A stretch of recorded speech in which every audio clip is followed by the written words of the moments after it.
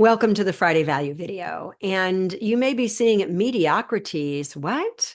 Well, you've heard of Plato, Aristotle, Socrates. Have you heard of mediocrities?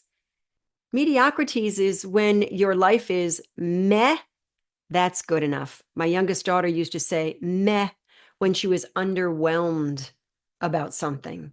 Well, mediocrities, it's a mediocre life.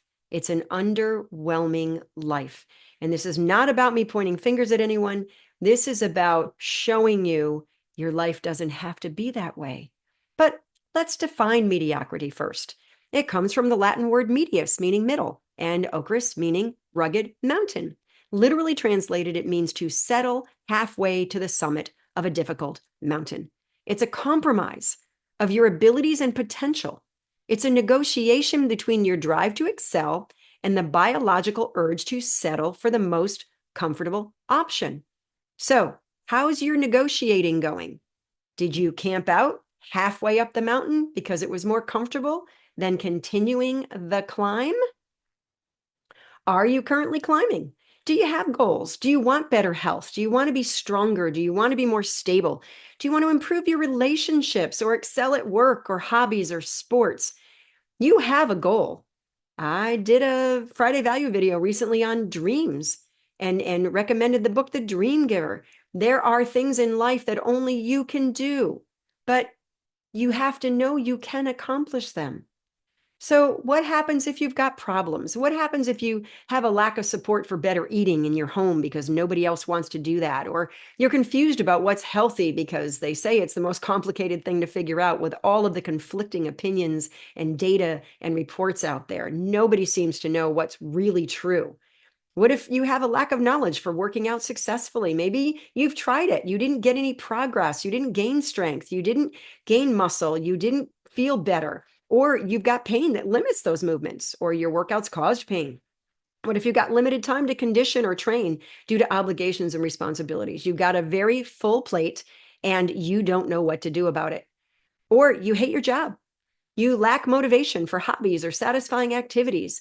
So how can you live a life of excellence when you're dealing with these problems? Well, I want to show you something. You can seek help. There are experts and those who've done it successfully, and they are always happy to help others succeed. Always. We love to share good things in our lives. We want to tell people about that fabulous book we read, or that amazing movie we saw, or that wonderful restaurant where we had an amazing dinner. We want to share good things. So seek help. Right now, I want to share with you a couple of things that I'm hoping will really inspire you. Are you ready?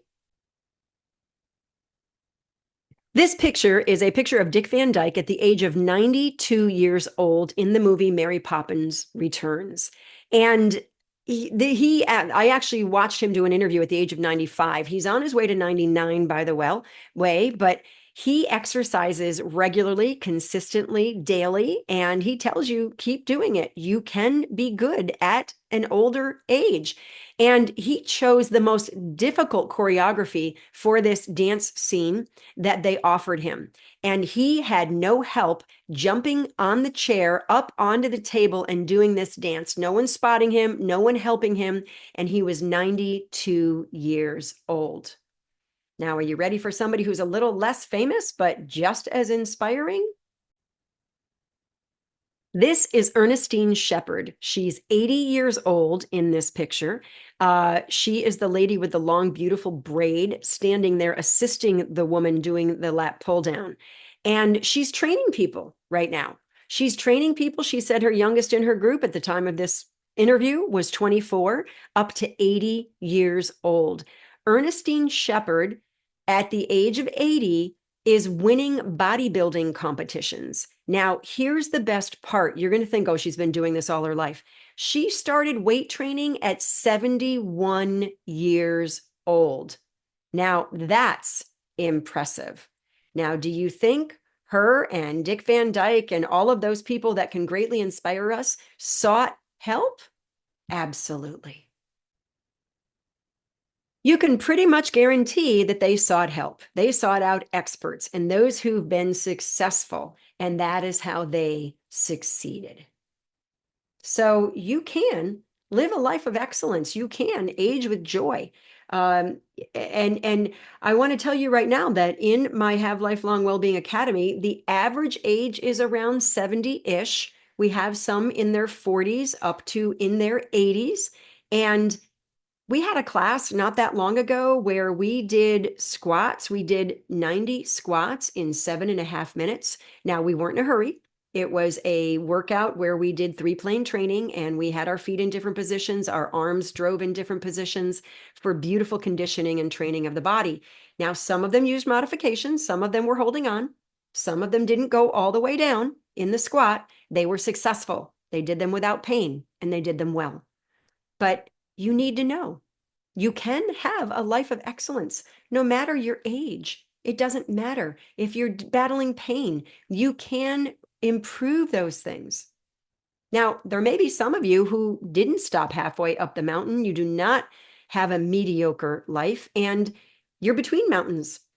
You've got another goal that you want to accomplish. You've succeeded in something that was difficult to do. And now you're ready for the next level of success. Kudos to you. But I do want to tell you, you can live an amazing life. You can live your dream. You can make it to the top of the mountain. The most important thing, the antonym to mediocrity is excellence. And you can succeed at living a life of excellence. It's really not that hard. You just have to win the negotiation between your potential, your abilities, and that biological urge to be comfortable. Don't settle for mediocrity. Now, nobody's going to deliberately go down the path of failure, but if you choose not to be mediocre, you might have some failures, but it's also the only way to achieve success. So I would love to see this in your life. I would love to see you making this statement: underestimate me. That'll be fun. I hope you enjoyed this, and I'll see you next week.